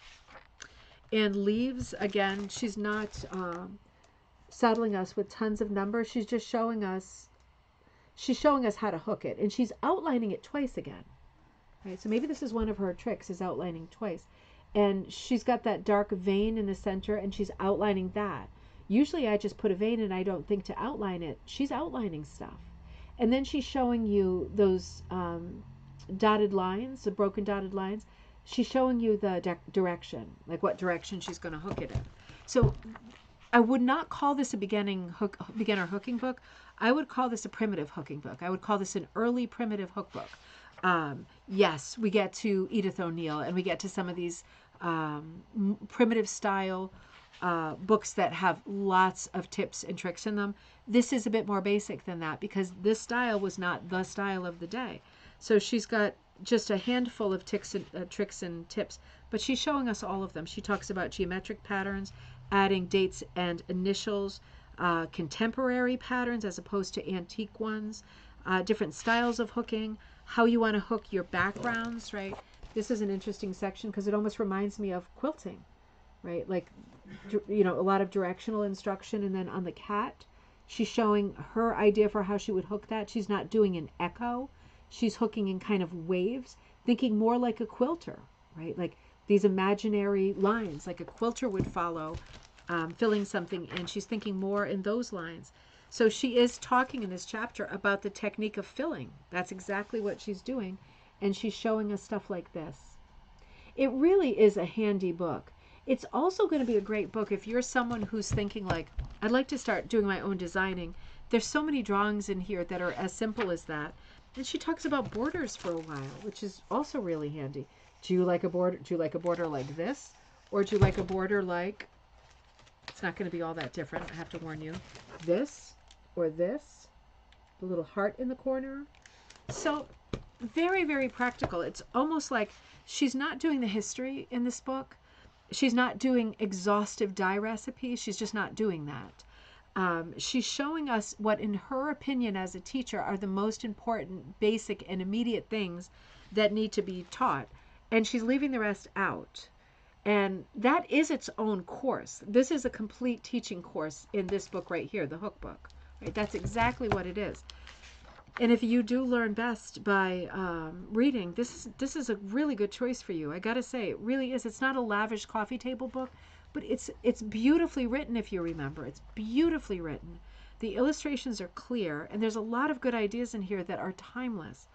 In chapter 12, she talks about the final steps in care for finished rugs. She talks about repairing rugs, but paragraph this big, right? So you'd need more than that. 3 rugs specially planned for beginners. And okay, so the 3 rugs that are specially planned for beginners were Mariner's Star, the Flat Rose Diamond, and a Godey spray, which was one I didn't show you, but it was like a floral spray. And then she talks about a room-sized project, how to estimate your wool. She talks about finishing the edges by sewing on the tape, right? Sewing on the tape so you don't get into a bad situation. And you could just flip it under when you're done hooking. Yeah. Yeah, it's very good. I'm just flipping through to make sure. Oh, and then there's a gallery of rugs at the end, but these are in black and white. So very 70s era rugs, but super cute. And just more fun stuff to look at. Sometimes it's maybe better to not see the stuff in color because your imagination is allowed to run wild, right? Really nice. Kathy, I can't stop thinking about that Fiber Festival tomorrow. So, where to buy everything for hooked rugs. So she lists a bunch of places, many of which are not there anymore. So Berries of Maine, in Yarmouth, Maine. I'm sure that that's not there anymore. Berries, like a berry. Braid Aid Fabrics. That was in Pembroke, Massachusetts. I'm sure they're not there anymore. Lib Calloway Patterns. Is that brand still actively being made, or have they petered out? Does anybody know? Cushing obviously is there. Dormill is there. We got it. We got it. We finally got it. Edana Rug Patterns. I can't believe it. 196 West Norwalk Road, Darien, Connecticut. Okay, so it was right near where I live. I've never heard of it. Never seen one of these rugs in the wild, but it was right here in Connecticut. And her special tip for Edana Rug Patterns says, order patterns on 10-ounce burlap. So she only says that with the Edana patterns. I wonder what they would be if you didn't order them on 10-ounce burlap. Wonder if they'd be like much thinner. Interesting. Harry Fraser, so that's still there. Heirloom Rugs, not there anymore. That was Rumford, Rhode Island. Heritage Hill Patterns, not there anymore, Westport, Connecticut. Carl Craft Studio, South Merrick, New Hampshire. I don't think that's there anymore. Jane Olson Rug Studio, Hawthorne, California. I'm not sure if that's there anymore. Patchwork Sampler of St. Louis, Missouri. Don't know about that one either personally. George Wells, I know that's not there anymore, and it hasn't been that long since that closed. That was on Long Island, Cedar Swamp Road, Glen Head, Long Island. Interesting, that was it. Like for rug hooking in the 1970s, that was it. Those were the choices. So interesting. It really is a beautiful book. I come back to it quite often. So that is the mark of a good book. Is there's something different for me each time. There's something new each time that it wants to tell me. Now, with the last half hour that we have here, I do want to talk about this person, Stella Hay Rex, because we have talked about her books before, not in huge detail. I'm just going to have a quick sip. Not in huge detail, but her books are phenomenal. And Stella not only inspired Alice Beatty, but like several generations of hookers, right? Because she put out these two books. The first one, Practical Hooked Rugs, was published in 1949. And the second one, I feel like there's a third one after this, and I probably have it on my bookshelf. But these were the two my hand immediately grabbed. The second one, Choice Hooked Rugs, was published in 1953. So this is the era of these two. We have looked at Choice Rugs again before, and we will look at it again because, I mean, these are just beautiful. I got to show you this picture. I just opened to an amazing picture. I'm going to show it to you. I just got to study it for a second. Oh, my word. Oh, my word. The caption on this, originality of design and execution is exemplified by this New Jersey group working without frames. So this was maybe this was her local group. How gorgeous is that? And there's one down on the floor. What a beautiful space to be hooking to. It looks like they have a beehive oven or something behind them.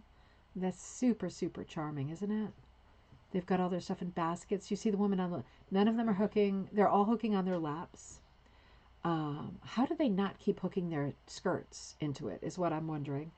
And the woman on the left has got a basket of yarn. So she's obviously hooking just with yarn as she does that big hit or miss part, right? Half of it is a big hit or miss panel. Beautiful picture, isn't it? We'll have to return to that book again, but I was looking at this. Oh, wait a minute. I have to read you this. Because I found it in the book. I want to look at this book for just a minute before we leave, because this book is the inspiration for Alice Beatty's book. So I want to look at this a little bit. This is Stella Hay Rex. Oh, she also wrote the book called By Hook or By Crook, and it's like a comedy book. It's super cute. I'm going to bring that upstairs tonight, actually. I feel like looking at it again. Catherine, you love working without a frame. Oh, I didn't know that, Catherine. I did not know that. Your piece has to be big enough, right? That's the thing. So that's Stella right here. I have to show you this because this fell out of the Choice books. And this is actually signed by Stella. Of course, a lot of these books are signed. We're not talking about, Stephen King. But a lot of them you do find signed. So yeah, I found this little treasure. It's on this piece of paper that almost looks like mimeograph paper, right? It's like rice paper. I mean, you could see through it. I could trace through it, which I won't, because it's a treasure. And this is what it says. And I don't know who wrote it, and I don't know if it's a one of a kind or what it is. It's hard to tell. I can't tell with things that are mimeographed how they look anymore. Do you know what I mean? Because it looks inky and original, but who knows? It's called Thoughts of a Hooker by Harcourt Drake, the husband of Helen Drake. The husband of Helen Drake. I feel like that we know that name. Harcourt Drake. Now, is that a 1950s movie name or what? Thoughts of a Hooker. To hook or not to hook? That is the question. Whether it is wiser to stop now and cook the family dinner, or wait until the last rose petal has been securely hooked for all posterity. A spell of hooking soothes the weary mind. For, as the flowered areas appear, all thoughts of household cares, he's very good at making these internal rhymes, all thoughts of household cares are left behind. We are transported to another sphere. This is a very good poem. I mean, are you noticing that it rhymes 4 different ways in each stanza? Where colors, shades, and textures reign supreme, we choose some old rose here, some chartreuse there, the color. And when the blossoms hooked, we pause to dream about a figured runner for the stairs.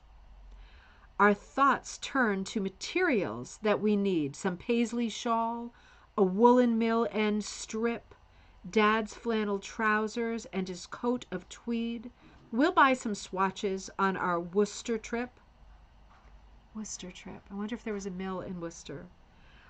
Of all the rugs that Pearl has on display, that is Worcester, he misspelled Worcester, that Pearl has on display, the oval fruit design appears the winner. I'll start on that one almost any day. Oh, good gracious, I forgot dinner. Isn't that adorable? That is absolutely precious. I'm going to photograph that and I'll put that up in the Facebook group. I'll post it on YouTube as well. So if you're not on Facebook, you can see that. That is absolutely precious. Not only is it technically an amazing poem, it's super funny. And yeah, he's making a joke. He spells Worcester, Wooster, and it's spelled Worcester, like English Worcester. Interesting. But the rugs that Pearl has on display, oh my God, that makes my heart jump. Because obviously they talk about Pearl all the time, even though she's hooking in a different style. And Pearl has rug displays often at this time. And they would have known each other, wouldn't they? And so would Harcourt. Oh, I'm saving that. I'll leave it out for now so I can photograph it and you can look at that too. But that really is something. Goretti picked up the Alice Beatty book from my guild library. Fantastic. And Catherine said, my Roadrunner is being hooked on my lap. Interesting. So how big is that piece? Do you have to wrap it around your legs to make sure it's taut so you can hook easily? Or do you not worry about that aspect of it? Veronica, great to see you. It seems like it would be difficult to hook without a frame. You know, Catherine does it. I have not been able to, but I don't typically hook huge pieces. My biggest thought would be my neck and my back always hurt. So I would be worried about looking down a lot. I tend to hook up higher, like on my stand. But, I haven't given it enough of a try. I've tried, and I find it hard to pull through. But I haven't given it enough of a try to really express an opinion. So I'm going to shut up because a lot of people do, and a lot of people love it. Catherine says the difficulty with lap hooking is when the weather's warm. That would be a huge thing, wouldn't it? That would be a huge thing. Wearing like a furnace over your lap, draped over your lap, would be bad. I'm so excited about that poem. I'm so glad that was in the cover of that book. I'm so glad that we found that and we're able to hear it tonight. So let's look for a minute at this Practical Hook Drugs. This is her 1949 first book. And, I'm not going to go into great detail with this book or either of these books tonight, right? Because we're heading toward the last part of our show. But I just want to kind of breeze through it because it is another book much earlier than the book we've been looking at, the Alice Beatty. But it's a different voice. It's a different point of view. Chapter 1 starts with hooking as a hobby, right? And she talks about cutting up her clothes. Stella is very humorous. Like, that's why she wrote By Hook or By Crook. She says she could have been a stand-up comedian, I think, in her lifetime. She really is a naturally funny person. And so she talks a little bit about the idea of rug hooking, how it's done. And then she gets more into technique and like binding the edges. And she shows us this diagram, which is almost the same diagram that Alice shows us, 35 years later, right? Of taping the twill tape, the cotton tape around the edge so that once you hook it, you're ready to go and you just flip it under and whip stitch it, like tack it, right, to the back of your loops. So, and she talks about frames, about hooking, about technique, trying to get straight edges, which shouldn't be a problem if you're hooking with the grain. like straight versus curved hooks. She talks about very technical stuff. She also talks about building a folding frame. So these two things are the same in Alice's book, right? This is almost the same design for both the frame and what was the other thing we just looked at? I already forgot. Both the frame and the tape around the edge. So Alice like leaned heavily on Stella's books. I don't know how many books at that time a person would normally have. I guess you would be looking in your library. That would make the most sense. But it does make me wonder. I mean, now with like Amazon and like books that cost $3.99, that's less than they cost then. Books that cost $3.99 and they arrive for free at your doorstep. Now with that situation, we tend to have more books, right? Which is a wonderful gift. But here, it was more of a period where you would get your books for sure out of the library and you wouldn't be buying them. And it would be hard to find specialty books like this. So I would venture to say that when Alice wrote the Hook book, she didn't have a lot of resources to pull from. There wouldn't have been a huge bibliography. It might have been these two books of Stella and not very much else.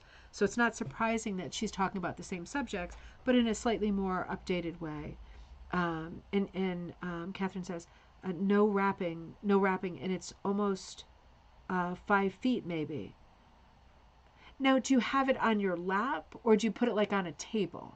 I'm so curious. Anyway, I wanted to show you some of the rugs in this book. I'm going to have to find where they are as we go along because I want to end the episode with looking at some of these. This is the Stella Hay Rex book, Practical Hooked Rugs from 1949, is filled with interesting rugs, and they are all curious and worthy of your attention in some way or another. So I just kind of breezed through to show you some of them so you could have a feel for the way that Stella hooked that brought us to the way that Alice hooked.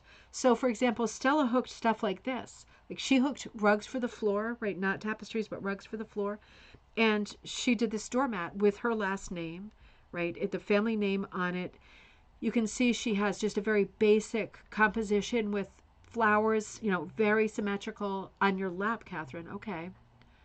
Gosh, I could give it another try. I got to say, it just seems so hard, right? I got to give it a try. Don't knock it before you give it a legitimate try, right? So super cute and a great idea, doing something for the house, right, that you can display, that can always be there, something special that is your family specific. It's very nice if your surname only has 3 letters, right? Because, I mean, if you have a great big surname like Von Tassel or something like that, or whatever, it might not fit on a mat, But if you're lucky and you have a small surname like Stella, it's a great project to work on. This is another really great project. She refers to this as a good beginner project. This is a pattern. This is an old pattern. It's a hit or miss pattern, right, with alternating flowers and geometric blocks. This pattern, I don't know if this is universal, but Stella refers to this design as a modified hourglass geometric. So she's calling this design hourglass geometric, and she's modified it for her own intents and purposes. This is actually hooked by Mrs. Winifred Antone and designed by the author. So it was designed, by Stella Hay Rex, and it was hooked by her buddy Winifred. And yeah, it's a common design, but seeing it done like this is unusual because this is the same principle as a log cabin quilt. You know where I'm going with that? Because the reason they look like hourglasses is because one east and west on each of the geometric motifs, the blocks, right, the squares, is done in dark, and north to south is done light. So what really pops is east to west, and it does look like an hourglass. Just like when you do a log cabin quilt as a quilter, or a hooker or whatever, you fill it in and you make half of it dark, half of it light. It will make an optical illusion, without a doubt. This is making an optical illusion. Very clever design. This is not the kind of design that you could say like it's a copyrighted design. We've been looking at this exact design for a long time. This, on the other hand, is a little bit different. So Mrs. Florence Kendrick hooked this quaint geometric. And I think this is a design that is also done by Stella Hay Rex. And I have never seen this one before either. This is completely new to me. She names this quaint geometric. It is incredibly quaint, isn't it? It is so charming. I absolutely love this piece. I just love this piece. The only thing that I am not sure love about it are the blocks in the corners with the striping. I feel like if she just went around with the little diamonds, I would have been just as happy with that, but maybe not. I haven't seen it that way. But I think this is another one because she didn't say who the designer was. She liked to design, Stella Hay Rex liked to design geometrics. So this is another example of that. Super charming. I mean, these two together. This book is very. Oops, wait a minute. Did something bad. I almost deleted the entire thing. This book is filled with really elaborate designs, but because she loved her geometrics, both of these are on the same page. So you see stuff like this, it's very eye-catching and makes you think, oh, I could do that, right? That's very different. There is something so quaint about these little flowers. It is a repeat background pattern that she's carried into the border. It's very different. It's very different. It's not like bizarre, but it's not like anything I've seen before.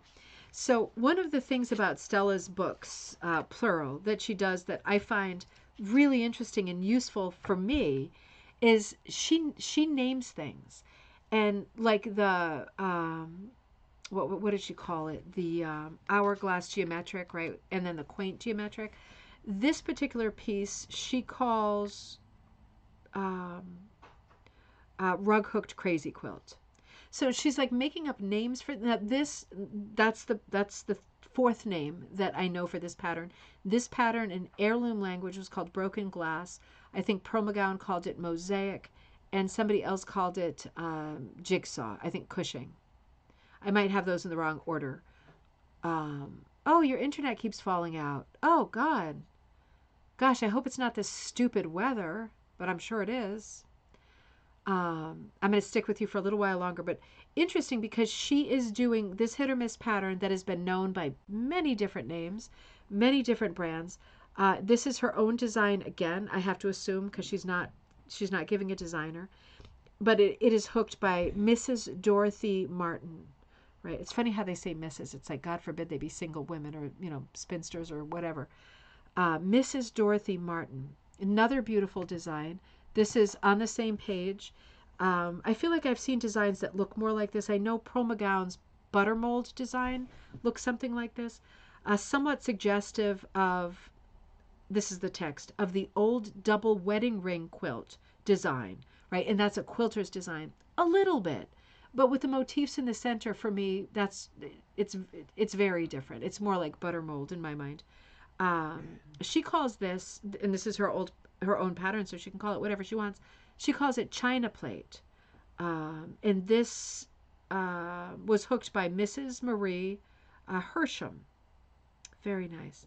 I mean, I'm picturing those ladies that we saw in the picture just kind of sitting around hooking this stuff and thinking, God, what fun parties they had, right? I mean, yeah, some of us get together and we do our hooking and get together for our hookings and stuff. It just seems like it was so different then, doesn't it? I mean, it's how it feels to me. Just a different time and different conversation and all of that.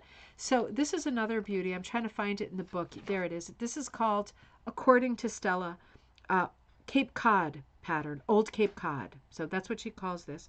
Pattern shows a pleasing combination of floral and geometric. This one is hooked by Mrs. Willard Morse. And this is obvious. This is an unusual rug as well because it is both a very busy floral on the inside, but it is not the kind of inner field that we're used to seeing. The inner field is infringed upon by this geometric sort of patchwork of squares. Now that is very different. It is really biting into the real estate, that field that the flowers would be on. It's really biting into that. And it is an interesting design because of that. kind of cathedral windows. Yes, Judy, you're right. That last one that was like buttermills is like cathedral windows, the quilting technique where they fold back, right? They cut and they fold back the materials. That is just what that looks like, Judy. Well done. That's a very good comparison. I forgot about cathedral windows. But just charming. And again, you think you've seen it all. You think there's nothing new under the sun. And then you see a pattern like this, Stella Hay Rex's Old Cape Cod. And you think, dang it, that is different again, isn't it? Because it is both. And it is the best of both. It is a beautiful floral in the center. And it is a vivid geometric around the edges. And why not both? Right? Do you have to always choose? No, you can have both. Now, some of these I just wanted to show you just as, we get to the end of our night because I think they're just charming. This one, the name of it was impossibly charming in my mind. Grandmother's Sugar Bowl. A motif used by the author's mother was inspired by her own mother's cross-hatched sugar bowl. So that must have been maybe like a crystal cut bowl, something like that. But it was a little bowl that was in the family, and her mother used this design in patterns, and then Stella used this design in patterns. I think this is actually her mother's rug, and it says a rug in my own home brings nostalgic memories of my grandmother Cameron's old cross-hatched sugar bowl, which I copied as containers to hold bouquets of flowers and ferns for the center of a long rug. These motifs pretty much dominated the rug, yet some sort of border design seemed indicated. I did not want a scroll or any other type of edge that might detract from the center, so I took a crayon and started doodling along the border with dips where there were flowers and curves where there were none. You see what I mean? If your eye follows the border, she just took a crayon and drew onto her backing. So she freehanded that backing with a crayon. How cool is that? We have not heard that here. I have not heard that. That is so sweet. I just love that. That is so sweet. So grandmother's sugar bowl, absolutely precious. And then rugs like this, right? This is a if you lived in this part of the country in the 70s, we remember there was another tremendous blizzard. I think, what was it, Mom? The blizzard of, I think it was 78. When you have these disastrous weather occurrences like the famous hurricane of 1938, right? I still constantly see books and photography in antique stores about the hurricane of 1938. I mean, it really wiped out a huge amount of populated New England. So in a lot of people's memories still, right? Or they have stories, like family told stories about it. So yeah, why not a rug I mean, it's a sad event, it's a scary event, but why not a rug to commemorate? You notice that this rug was made by Stella because you see her initials, right? Just the SR for Stella Rex. Beautiful hit or miss design, and she's just telling the story of the hurricane, memories of the hurricane. This is another interesting one, and this is called Spouting Whales. Oh no, wait a minute. No, she doesn't have a name for this one. She just says spouting whales give this nautical primitive. So people are saying primitive earlier, right? People are saying primitive. Shame on me for saying they weren't saying this yet. They were just doing it. No, they're totally saying it. So this book is 1949, and she's saying primitive. Spouting whales give this nautical primitive a New Bedford touch. Note the mosaic background. So, one of the funny things is I noticed with Stella Hay Rex's books that when she does an echo fill, she calls it mosaic routinely. So an echo fill is mosaic in the language of Stella Hay Rex. I don't know if it's universally 1940s language, but she will always call an echo fill a mosaic fill.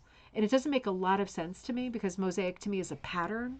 And an echo is not a pattern, right? It decreases in size. So it's the opposite of a pattern. It changes constantly. But in any case, that is the language in these books. So she doesn't have a name for it. This was hooked by Mrs. L. Brownell, right? We don't even know Mrs. Brownell's name. But a really, really sweet piece. And it's absolutely charming. It reminds me a lot of hold on a second. I'm going to come back to number 18. It reminds me a lot of this one, which is the thumbnail, and we looked at this one on Monday. You see what I mean? There are similarities here. This is from Alice Beatty's book, but there are similarities there, not just the subject either. Quite a lot in common. Hold on, come back up here. Interesting. And you know what I just noticed? Hang on. I just want to show you this really quick. I just noticed this under the primitive with the whales, this pattern, right? And we just saw the compass pattern that Alice did. So she definitely had this book. There's absolutely no question, right? There's a lot of similarities between these two books. It's a different pattern, right? Because the other one had flowers around it and then the scrolls on the edges. But you can see there's something in common here, right? She definitely not only had this book, but it looks like she devoured this book. Now, this is an interesting pattern. I looked at it and I go, oh, that's an S rug. And then I thought, God, I've made a lot of S rugs by accident, if you know what I mean. So real quality in mosaic is seen in this small doormat by Mrs. Alice Rawcliffe, if that's not a typo. It is similar to her stair carpet, which I don't think we've seen yet. But it's an interesting carpet because her last name was Rawcliffe. I was thinking whoever lives here, their last name is going to begin with an S, surely, but that is not the case. So this is like, she does scrolls. Man, does she do scrolls. Right? Lots and lots. Would you like some scrolls with your scrolls? Would you like a side of scrolls to go with your scrolls and scrolls? She loves the scrolls, right? And she just dropped in a repeat of tons of these little scrolls, tons, and then just filled in the background hit or miss. Interesting. I don't know if this is appealing to you. To my eye, it's a little chaotic, but not super chaotic because the scroll repeats, right? It goes forward and backward and it's different, but it does repeat, and for that reason, it's fairly solid. I don't know. For me, it's not a super. It's a very curious pattern, but it's not a super appealing pattern, just because. Yeah, I can't really connect. I can't really relate to any of it, other than like, oh, it's charming. It's different. I haven't seen this before. Yeah, it is different. It is different. It's a fun hit or miss pattern. I think this is the stair runner that she's talking. No, this is a different stair runner. This one was done by Mrs. Jane Reed Chapman. She chose this stair carpet for her first attempt at rug hooking and succeeded admirably. So this supports the statement you thought it was earthworms. Melanie, it totally could have been earthworms, without a doubt. Had a Halloween feel, right? When I saw it, I thought, ooh, is that a Halloween rug? No, you're right. It has that earthworm feel too. This is like one of my favorite things I've ever seen, and it supports my conviction that if you approach rug hooking and you say to yourself, I already know I'm gonna love it, like your favorite artist, whatever, puts out a new record or whatever, and you're thinking, well, I know I'm gonna love it, because I already love the others, or you go, your friend tells you, oh, there's this beautiful inn. We were talking about this in the last show, Judy. I think it was you. The now I'm gonna forget the name of it. The something Clove, right? The Clove something inn in New York. And I think I haven't been there and I haven't had time to look at it, but I know I'm gonna love it. And I did love it when I pulled it up. I've got to make a booking there. But the point is, if you approach rug hooking and you know you're gonna love it, why not do a big piece? I mean, it's gonna take you longer. But, I mean, if you're going to make the piece anyway, might as well do something really special, right? Hey, Joss. I love this piece because on the top step, I think we're seeing their little house. It's like a little Cape Cod style house. And then on the next step, I think that's 2 foxes. I'm starting at the top. On the third step, it's 3 somethings, maybe bouquets of roses. I can't tell at all. Under that, like a trellis, like a garden trellis. And under that is a step that says my grandmother's sugar bowl. Now that's interesting because we just saw a pattern created by Stella that was called my grandmother's sugar bowl. So you know what that has to mean. That cannot be a coincidence. That has to mean that these were 2 buddies who hooked together and they had conversations about the pattern called my grandmother's sugar bowl, because Jane liked it enough that when she made her first rug, which is this enormous runner, she made a step that was called my grandmother's sugar bowl. That can't be a coincidence, right? How cute is that? The conversations they were having, right? Were they doing any trash talk at all? Or were they talking about their grandmother's sugar bowls, right? I'm hoping they were doing a little trash talk too. Kathy says, oh, the Winter Clove Inn. Carol, thank you. Carol, it was you. That place is, yeah, is a destination. I loved the look of it. Kathy says, just looked up, 101 vendors and workshops. Oh my God. Needle felting, spinning, weaving, knitting, and a number of sheep-related workshops. Oh, that sounds so good. Holy mackerel. I'm going to look that up. If you're joining us late, Kathy's telling us about the it's the New Hampshire Fiber Festival, right, on the Deerfield Fairgrounds tomorrow and Sunday. Oh man, I'm feeling it. It's powerful. And then we go past. It's hard to go past Grandmother's Sugar Bowl because it's that cute. But another kind of outdoor scene, a different view of a different, looks like a house or something, and a beautiful one of the flowers. Look at the one of the flowers with the, I'm going to say echo hooking around it, but in this book it would be mosaic hooking around it. And then another one of a house, right, the front door of a house or something. And then the one at the bottom, it says, what does that say? Gosh, I can't read it. I thought it said a year or something. God, it's funny. It's all the little scrolls again. It's reminding me of the earthworms. I'm getting the feeling that this was a really tight group. Are you getting that same feeling? Because I'm feeling like they're repeating. They like each other's work, and there's another stair runner on the next page. Someone else, but really cute, really cute, really cute book. I'll show you again before we sign off. This is the last image for tonight. This is dear to my heart. Map of Cape Cod with lighthouses, fishermen. One fisherman.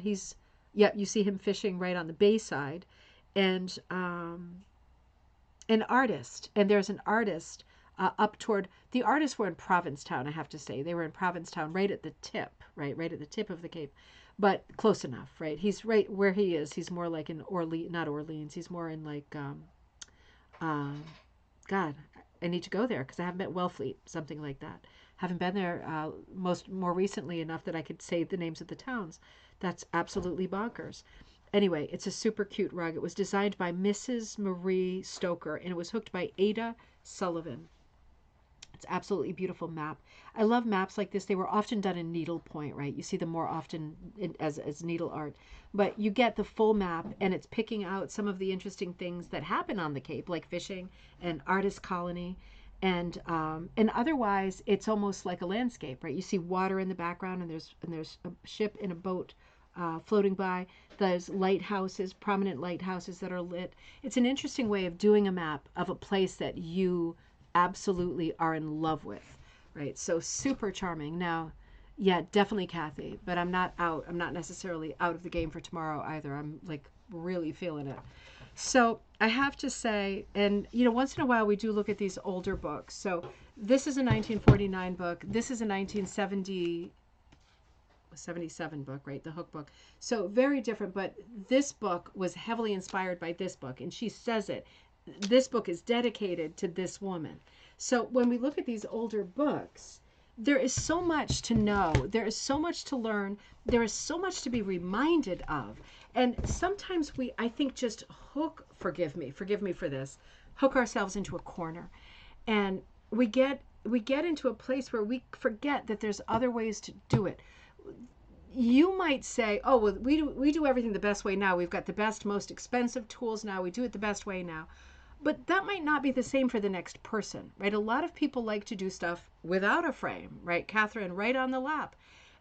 Other people like simpler tools, simpler techniques, simpler methods. It's not that these are simple or basic or not yet evolved. It's just a different time, and people were hooking in a different way.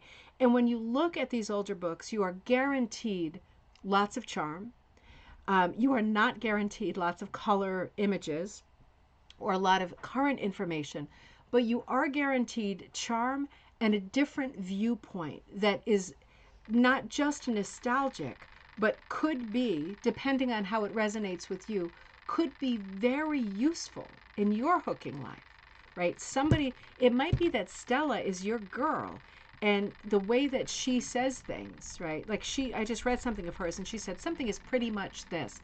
And I thought, that we say pretty much all the time now, but I don't remember people older. I haven't heard a lot of older people say something is pretty much anything. Like when you read older books, you don't get pretty much. That's kind of slang.